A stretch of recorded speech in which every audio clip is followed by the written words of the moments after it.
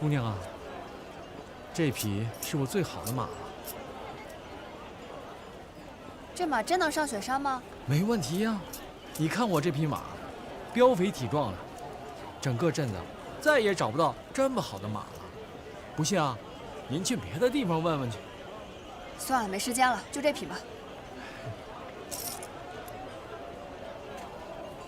这，走吧。姑娘，您慢走啊。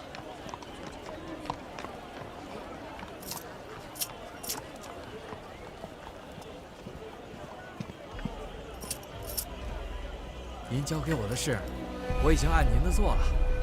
我卖给姑娘的马，看着挺好，但完全不耐寒，绝对走不到雪山。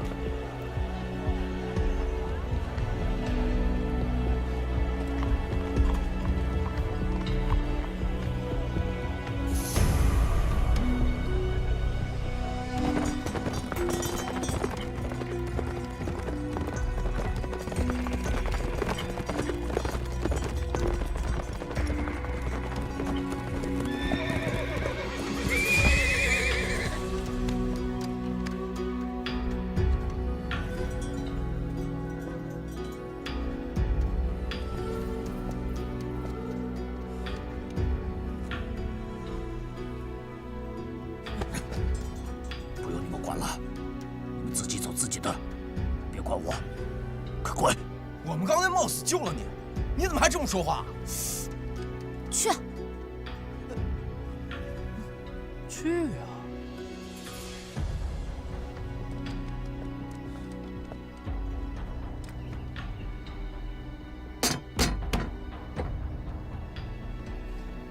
前辈，我知道您是不想连累我了，但是这一会儿再分道扬镳也来不及了。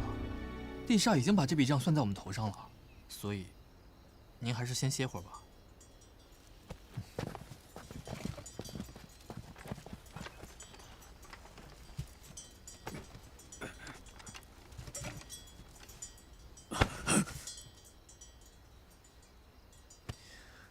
我不管您接下来打算去哪儿，如果您还想活命的话，必须赶紧疗伤，要不然，我们直接找个地方给您埋了也成。杨蛇的，你的病人有没有被你气死过？放心，我身上还有事没了，一时还气不死。但若你们也是冲着这个秘密来的，我劝你们别白费心机。算了吧。引得这么多人追杀您的秘密，我们还是不知道的好。大叔，相信我们，地煞要杀的人就是我们要救的人。信不信你问他？杨蛇的，你不是跟地煞还有仇吗？地煞的敌人是不是就是我们的朋友？那我也得有命报仇才行啊！就凭您老人家这惹事的本事，我怕是活不到那个时候。这里好像没人。没人？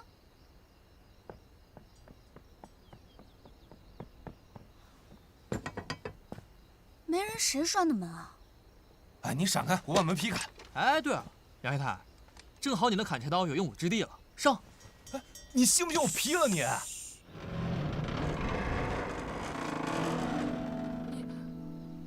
你们是谁啊？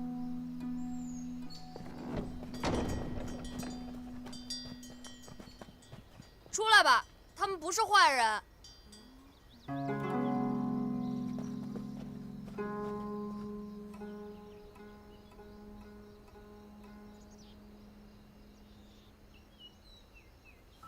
你们别害怕，都出来吧。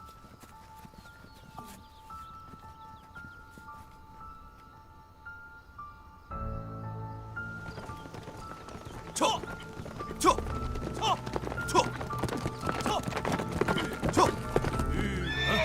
庄主，从地上的马蹄印看来，他们是从这个方向走了。追！撤！伤口已经包扎好了，血也止住了。你们这群半大孩子，怎么会结群躲在这破庙里呢？我们几个是同窗，本来是一起在家乡的学堂念书，后来我们那里开始打仗，乡里人都逃了。我们都跟父母走散了。还好路上遇到了一个好心的夫子，带着大家一起走。夫子说南边这会儿没有战乱，原本是想带着大家往南逃，路上又刚好寻到了这个破庙，做个暂时歇脚的地方。那你们说的那位夫子呢？他听说附近有地煞出没，刚刚出去打探消息，应该一会儿就回来了。等等，你们说南边这会儿没战事，侯坚已经死了吗？陛下呢？黄大都督又如何了？侯坚是谁？黄大都督又是谁？我倒是听夫子说过，那侯坚好像是前朝的叛将，不过早就死了20多年了。老伯，你问的是那个侯坚吗？你都快死的人了，发什么疯？你刚刚说前朝侯坚已经死了，南边当朝皇帝是谁？大叔，你怎么回事啊？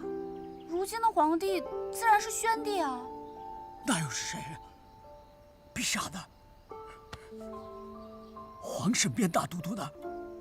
黄审边，我倒是听我姑父提起过，但他也应该故去20多年了。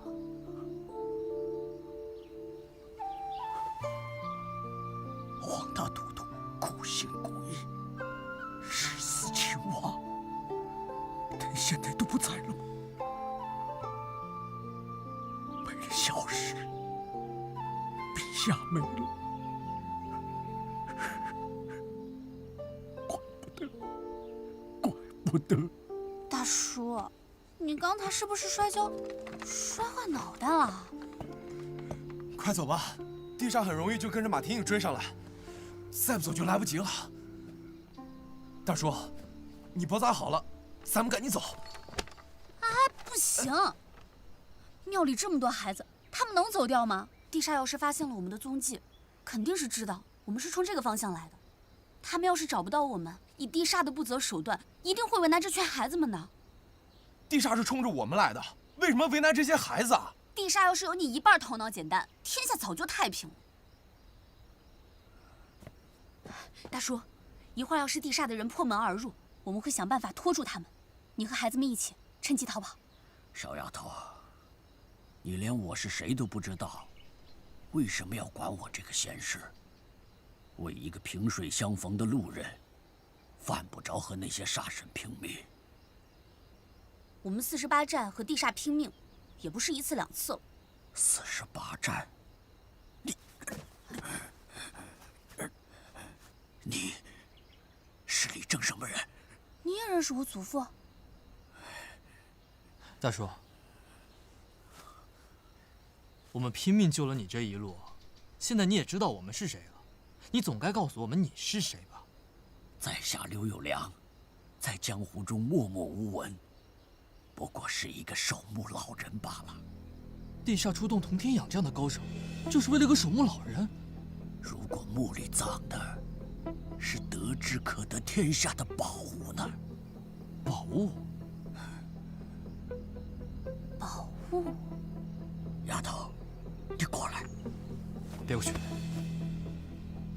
大叔，刚才我们问你的问题，你可还没回答呢。你到底是谁？你就那么想知道我是谁？我是谁不重要，重要的是我看守的东西。我乃黄审边大都督的贴身侍卫，当年在平定侯坚叛乱时，大都督将我调出军中，让我看守一样东西，名叫海天一色。怎么又是海天一色？是啊，你祖父当年也是护宝人之一，想来你听过这个名字。大将军当时说，待到平定侯坚叛乱后，他会派人带着水波纹信物来，让我届时帮着取出海天一色。没想到，我这一等就是20多年呢。20多年，大叔，这20多年，你都是一个人吗？是啊，一个人。不，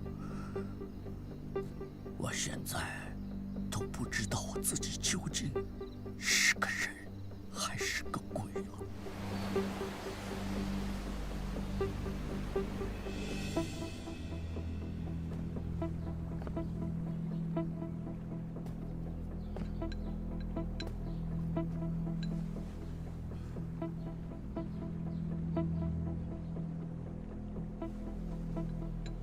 好了，刚刚输完真气，服了这副药，总算是暂时保住了他一条小命。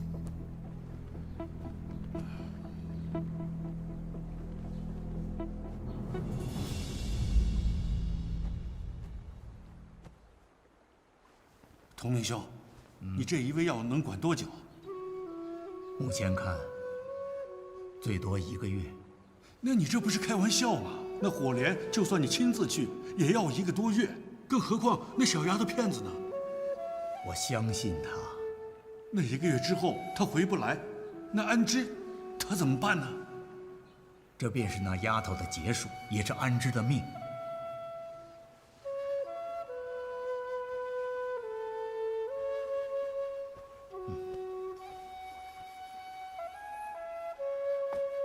3位吊命，能逼出他身上那最后一点生命力，叫他不至于无声无息地变成一具冰冷的尸体。可吊1次命，就少1簇真火。3位过后，如果还是找不到解药，那你为何要用这样的火狼之药啊？透骨清全靠他身上那点内力相抗，一旦人衰弱下去，那就彻底没救。就算找回了药王晶，也是无用。那药王晶可有线索？我和他林师叔在中原行走了多年，都毫无头绪。大药谷早就覆灭了，1个传人都没有留下。唉，说不定药王晶早就被药谷当年那把大火烧成了灰了。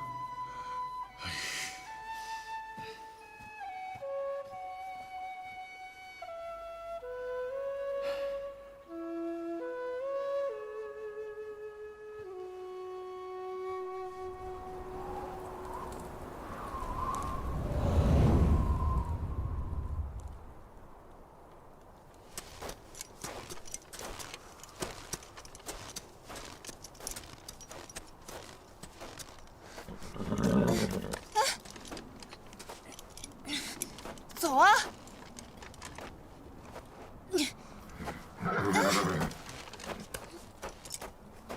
走啊！走啊！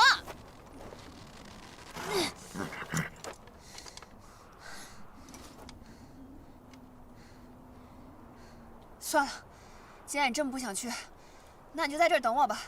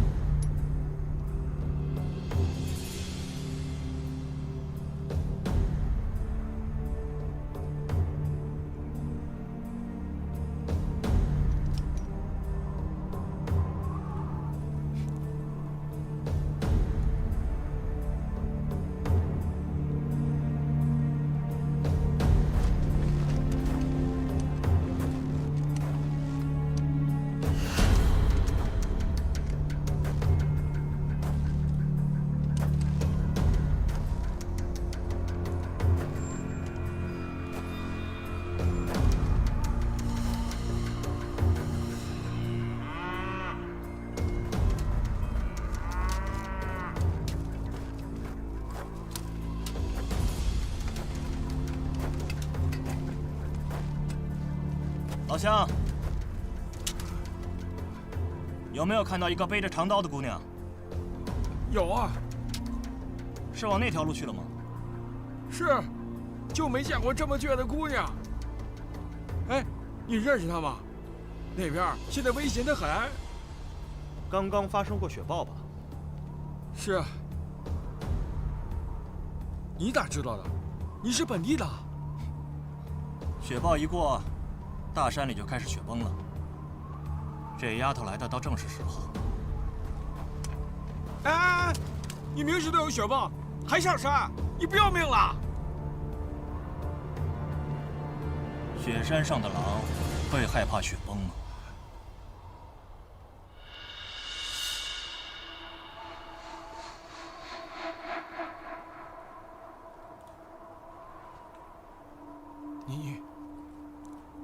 你该不会是雪狼吧？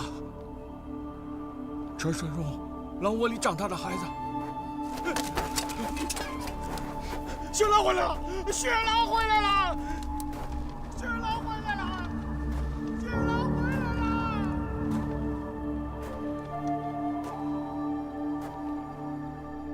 期间，我与冲霄道长还时常有书信往来，但是他从来不曾告诉过我江山易主，想来是怕我得知后擅自出山吧。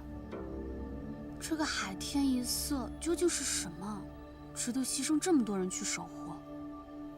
最可悲的是啊，我守了他20多年，也不知道他是什么，甚至都不知道把他交给谁。人生啊，这便罢了。这几日啊，冲霄道长都没了消息。唉，你们实在是想象不出来那种感觉呀，太安静了，四周只有夜归和风。我终于按捺不住，出了山，想打听冲霄道长的消息。冲霄道长，我听我哥说过，他认识。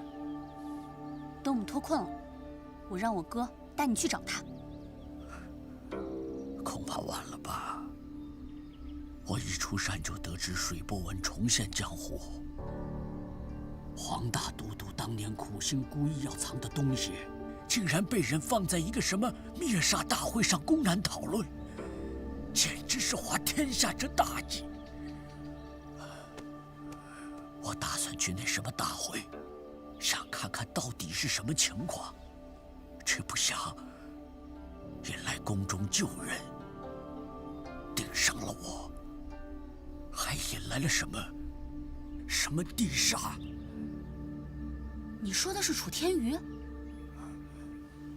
丫头，你倒是知道的不少啊。他是我姐还有养蛇的亲手杀的，我自然知道啊。不对劲，他们追来了。丫头，拿着。大叔，这是什么？背下来。不这染红的地方是什么？背后面的诗。啊，诗？我奉命看守海天一色，除了我，活着的人没有第二个知道他的位置。现在，我把这个秘密交给了你，你背下地图，海天一色才不会消失在这里，一代人的心血才不会付之东流啊！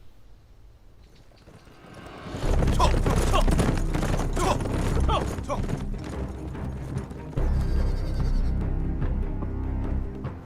孩子们，不管发生了什么，你们千万别出来啊！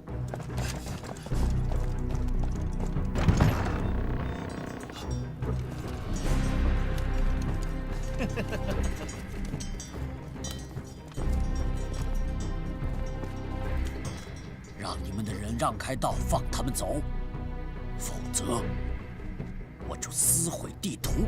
哎，好，别紧张嘛。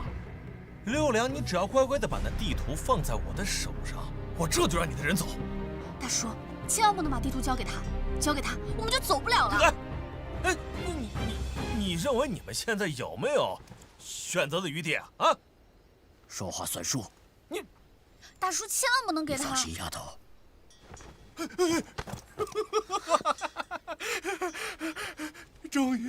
终于帮大哥找到想要的东西了。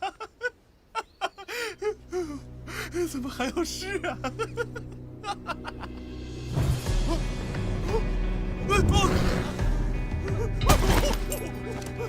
快跑！大叔，大叔，快跑！大叔，走，快走！大叔，快走啊！走啊！大叔，走啊！为什么？你到底做了什么？怎么就收了他？你想知道啊？我偏不告诉你。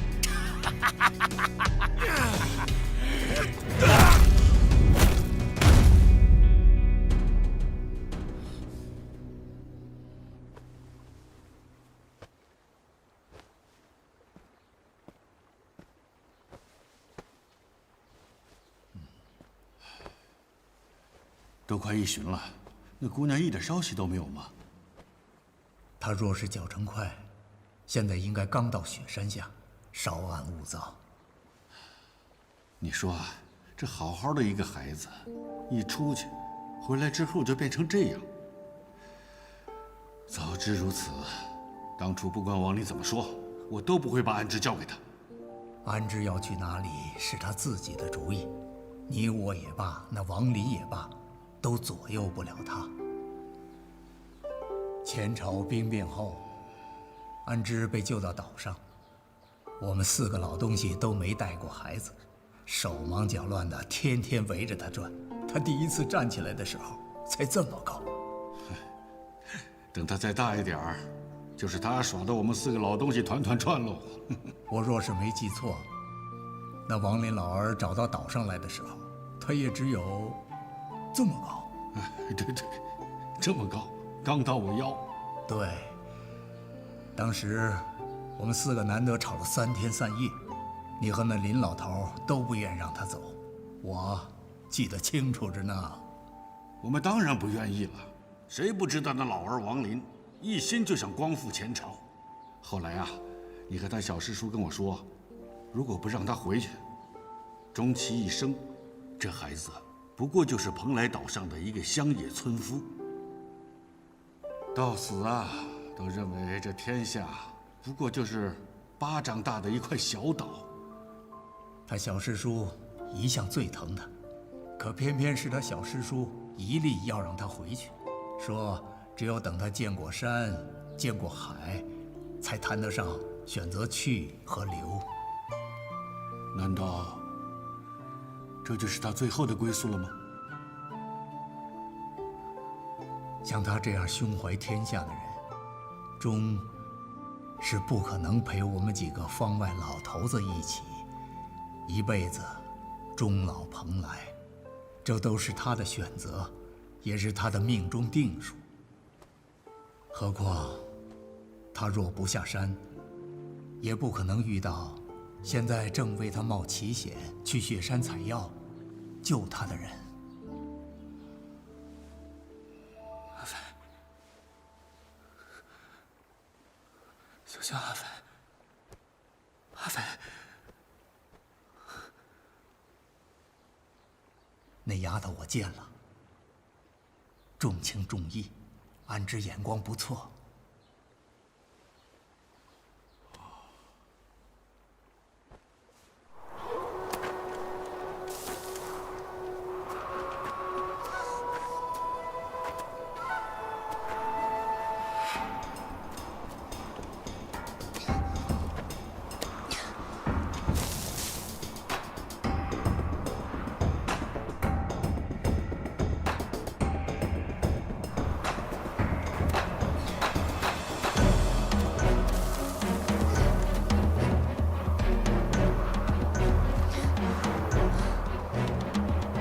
大师说的没错，那火莲就该在这雪峰的最高处了。必须成功。他等不到下一次了。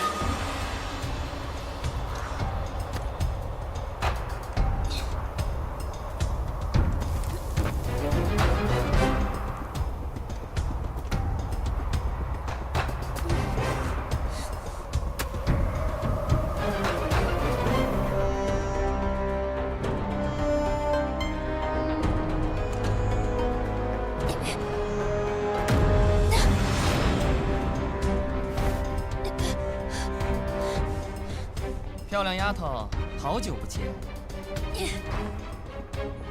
上次灭煞大会匆匆一面，犹未来得及叙旧，你便没了踪影。你这么匆匆忙忙的离开，是去做什么去了？关你什么事儿？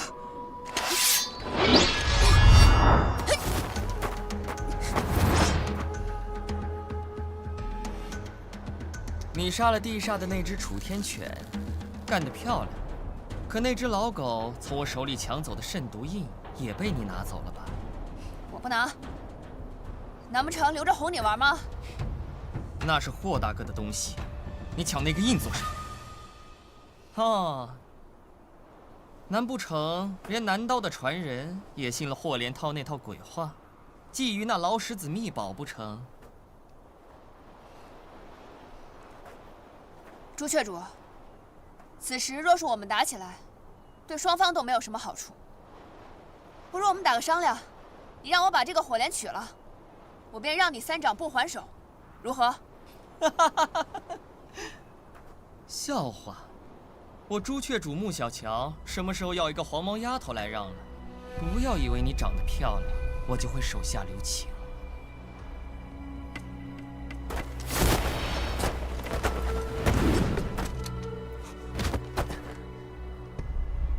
连升9地，10年一开，9朵长成，便到了最佳摘取时间。你不想再等10年吧？别碰火莲！想要火莲，拿慎毒印来换啊！你又是个什么东西，也敢来抢慎毒印？难道朱雀主不想要吗？不如我们2个联手，问他要。我还就告诉你，在这雪山之上，没有人可以斗得过我陆天旷。哦，地煞雪狼陆天旷，别来无恙。可笑！拿到了慎毒印之后呢？难不成1分2半吗？看见地煞我就恶心。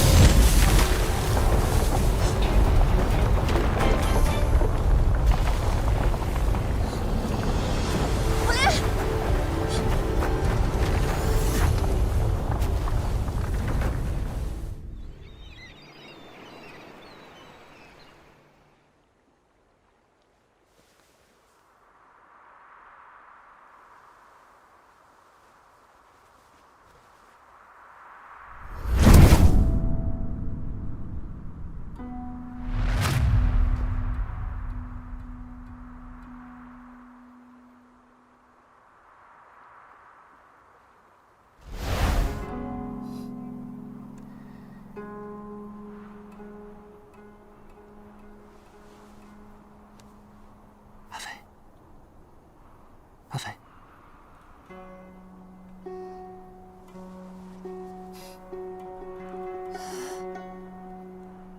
真是一日不见如隔三秋啊！你怎么把自己搞成这个样子了？你醒了，你真醒了。你是只熊吗？怎么穿这么多？这么冷的天，不穿这么多会被冻死的。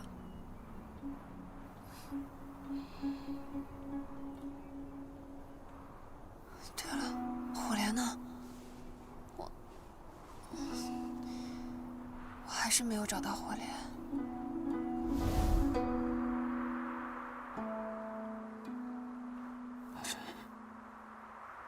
阿飞，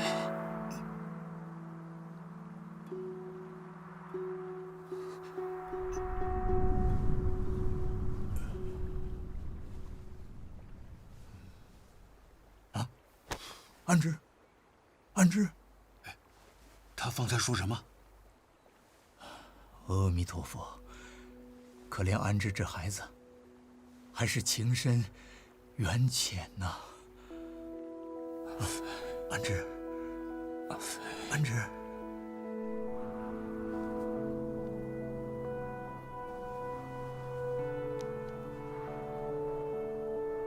既然已经注定，便是人力所不能及的。我只盼着你能够好好的。可我也与你说过，天涯也好，海角也好，但凡在6合之内，凡人能踏足的地方，我都会去。傻丫头，都把自己折腾成这样了，值得吗？好了，别再找什么火莲了，快回去吧。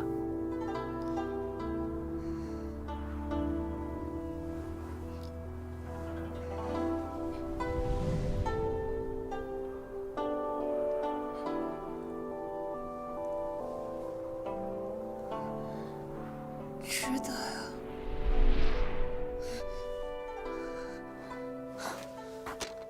哟，刚醒就捉刀，莫不成你还想再打一架？你放心，我这个人呢，恩怨分明，刚刚共患难过，我是不会趁人之危的。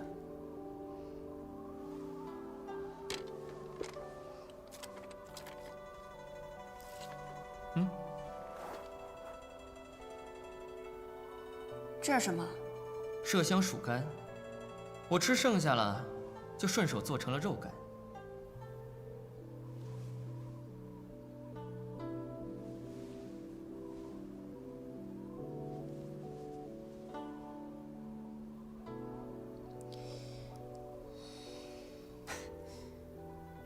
这年头有肉吃就不错了。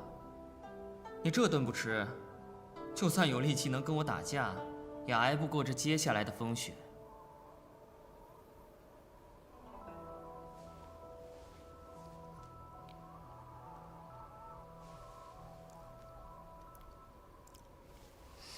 还有吗？你倒想通的挺快嘛。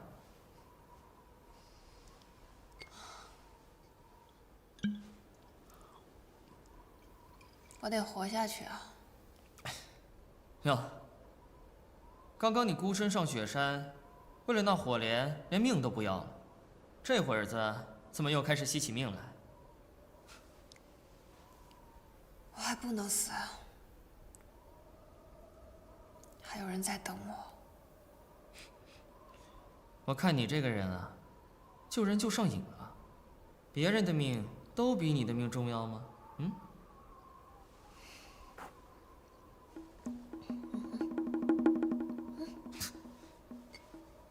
没大没小的野丫头。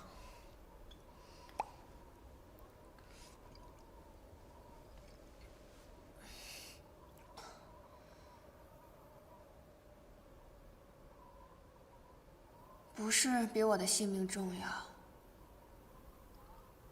而是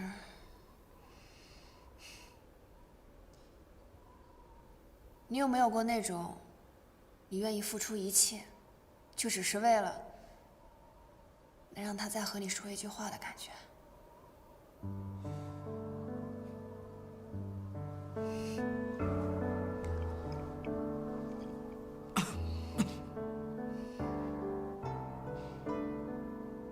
你刚刚为什么要帮我？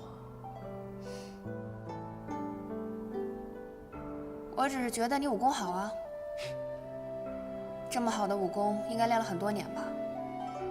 就这样不明不白的死在雪山上，挺可惜的。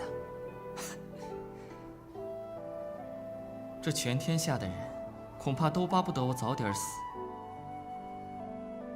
只有你，恐怕是唯一一个觉得我死了可惜的人。其实你是我下山之后遇到的第一个高手。你哭庄唱的挺好听的。是吗？要不要我给你唱一段？我怕我会哭。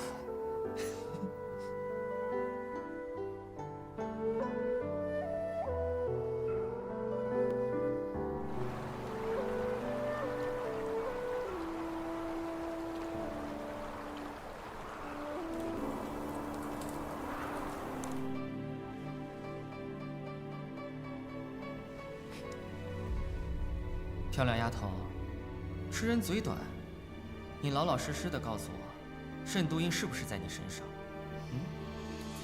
不在。你胡说！灭煞大会那天，楚天瑜那只老狗从我手里抢走了圣都印，而你又杀了那只老狗，那圣都印不在你身上，会在哪儿呢？那是霍家的印，为什么要还给你啊？臭丫头，你别逼我动手。我原先以为朱雀主是个性情中人，快意恩仇，没想到原来跟四象山那些妖魔鬼怪都差不多，为了一个捕风捉影的海天一色挣破了脑袋。少把我和那些狗杂碎相提并论。我要拿回圣都印，只是因为它是霍家的东西，跟什么海天一色的信物没有半分关系。我不信。爱信不信。我听说海天一色里面有绝世武功，朱雀主难道就不想得到吗？我有我的百劫手，足矣。还有什么武功值得我稀罕？我虽行走江湖时日不多，之前听一位长辈说，朱雀主的资质乃是人中翘楚之一，但是年轻的时候戾气太重，功夫学名百劫手，但走的是伤人伤己的旁门。顶峰时期虽无坚不摧，但一旦走了下坡路，便也如江河日下。之前我不信，现在看来像是真的。哦，方才我试探了你一下，见你行动略有凝滞，特别是我抢你肉干的时候，感觉更加明显。你坛中气息不足，百劫手缺了几分果断，否则四象山四圣之手一动，我怎么可能轻易避开呢？你们不都说四象山之手是那什么狗屁郑罗生吗？他算什么东西？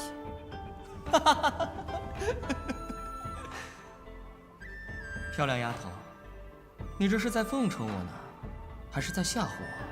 嗯？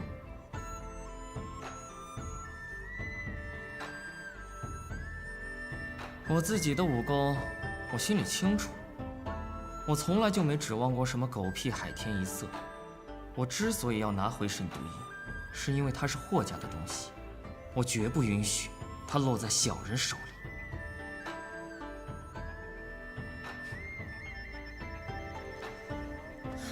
雪快停了，朱雀主，出了这个门，我们还是要打一架的。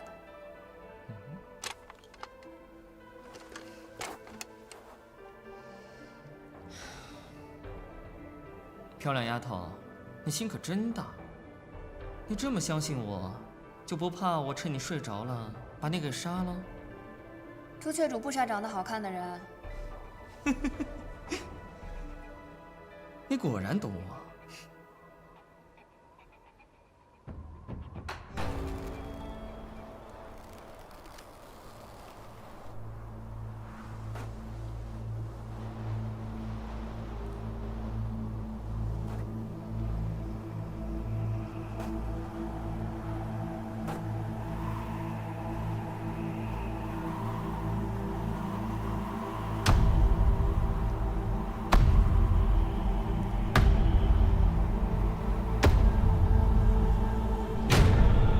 对他那么重要，他们不会离开的，应该还在附近。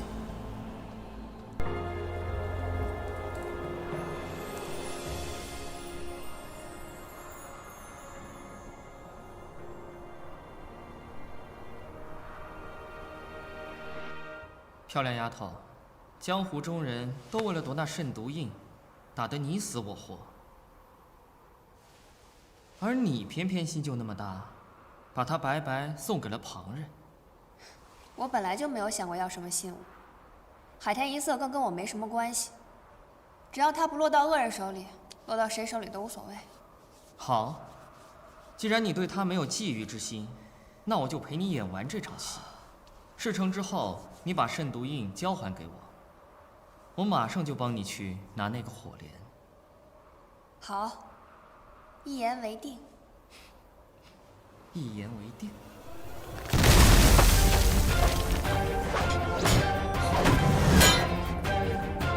死丫头，你要不想死的话，就把圣毒印交给我，不然我就杀了你。想要圣毒印是吗？自己去拿。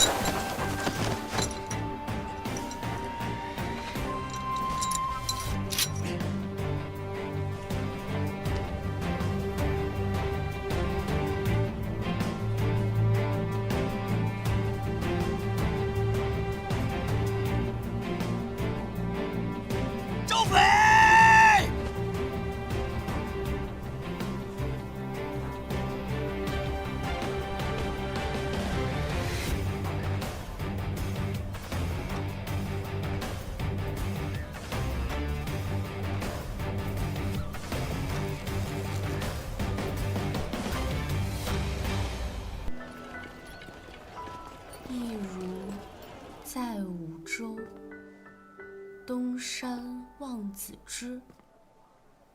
采石蓟江北，登山摘子枝。大叔用生命守住的秘密，我一定要牢记。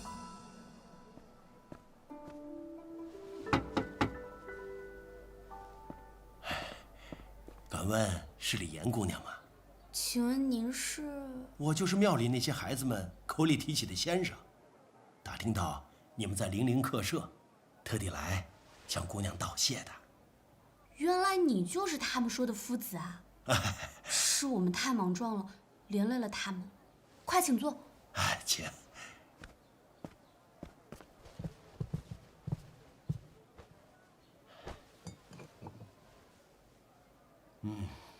不错。你们48寨的小姑娘，当真是知礼又懂事啊！哎，难怪安之拼了性命也要救你们了。安之？安之是谢允的字，我是谢允的师叔。谢大哥还有师叔啊？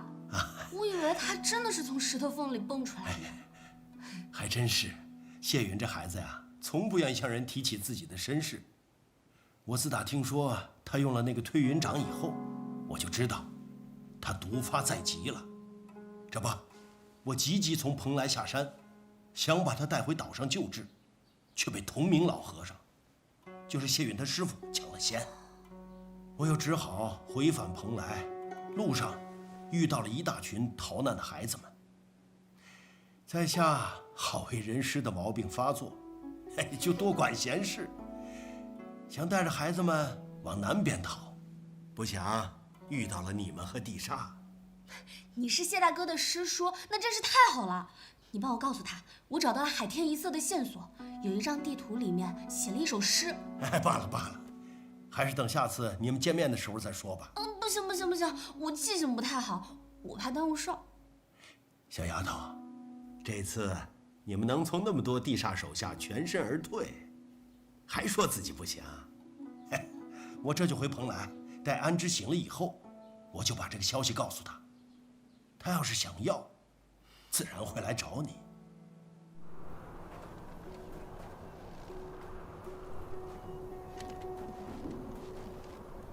哟，你还在这等我呢？没想到你这么听话。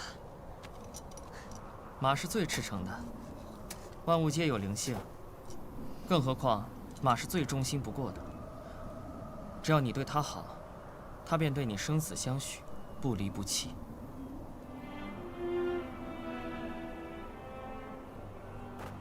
多谢朱雀主。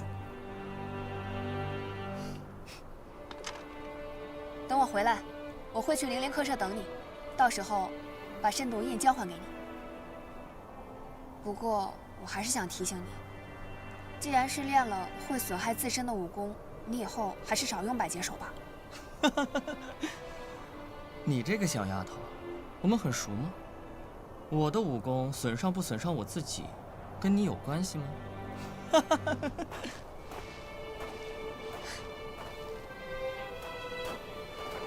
喂，漂亮丫头，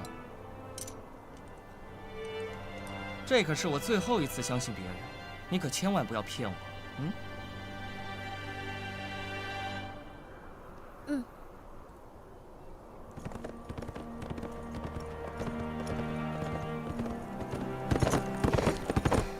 谢妹妹，我回来了，你最好等着我。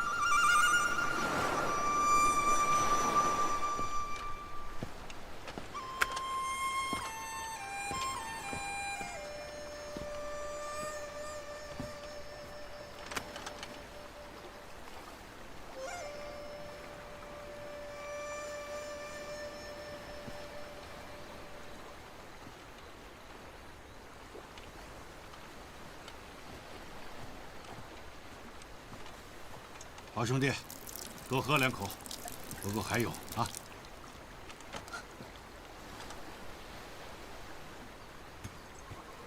姑娘，你是周肥姑娘吧？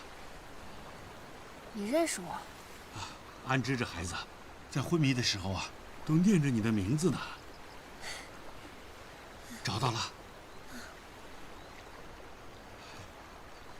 好，太好了。哎，姑娘，姑娘，哎，姑娘。周姑娘为了救你，千里奔波，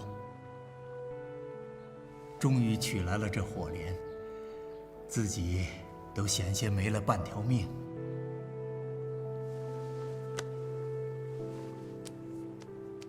哟，这么亮。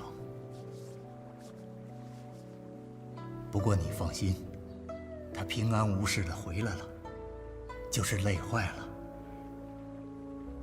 大约是老天在上，也怜惜你的过往，叫你命不该绝，还遇上了周斐这样的好姑娘啊！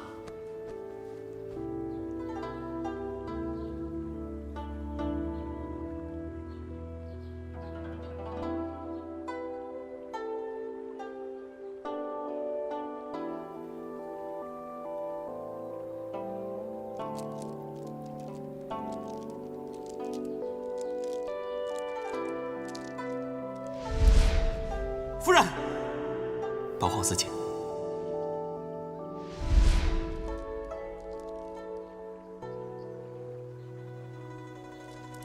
算来你也该醒了，只是可惜啊。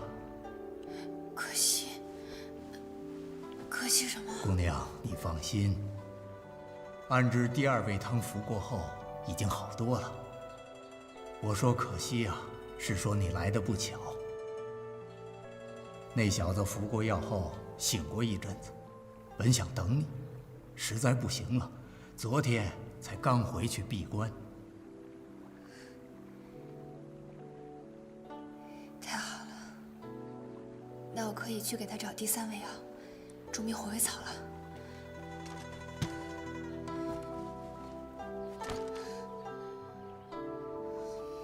莫急，筑明草罕有人见，据说是生长在南疆酷热之地，距蓬莱尚有千里之远呐。南疆是小药谷的方向吗？不错。那杨锦既然是小药谷的掌门，想必知道点什么。就算他不懂，也还可以去找硬核丛打听。丫头，你就是再急，南疆10天半月之内也是到不了的，不差这片刻时光。既然准备赶这么远的路，还是养好自己的身体吧。看看你，这是多久没合眼了？再好的底子，也不能这么糟蹋呀。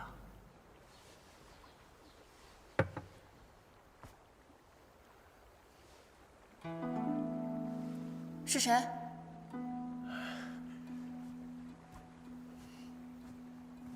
这小子，别的不行，这眼力是真不错呀。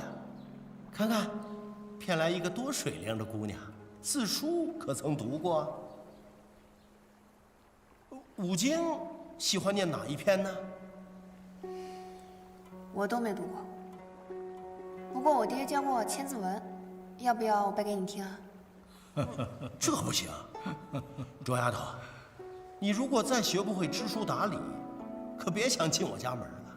哎，你这人真奇怪啊！我又没读你家书，又没吃你家大米，跟我这冲什么大背？这个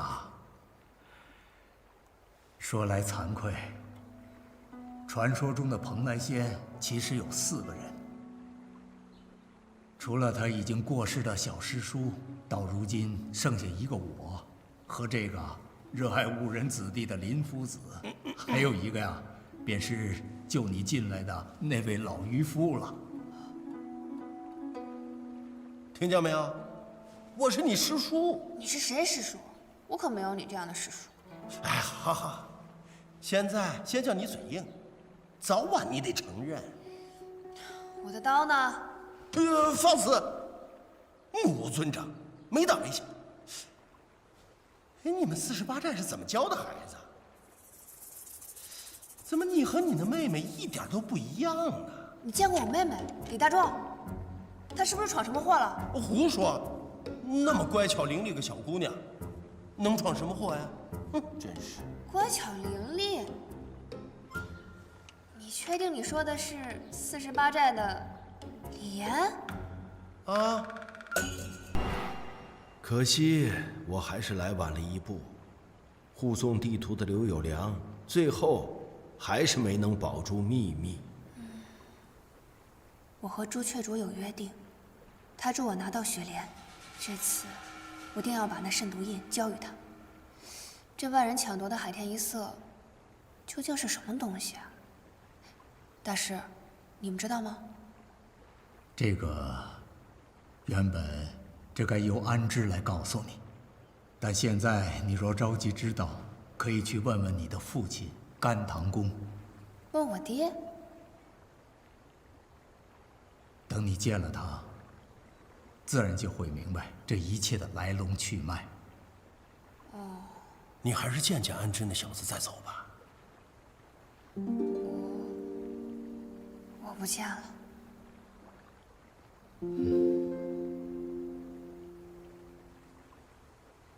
我怕我一见着他，就走不了了。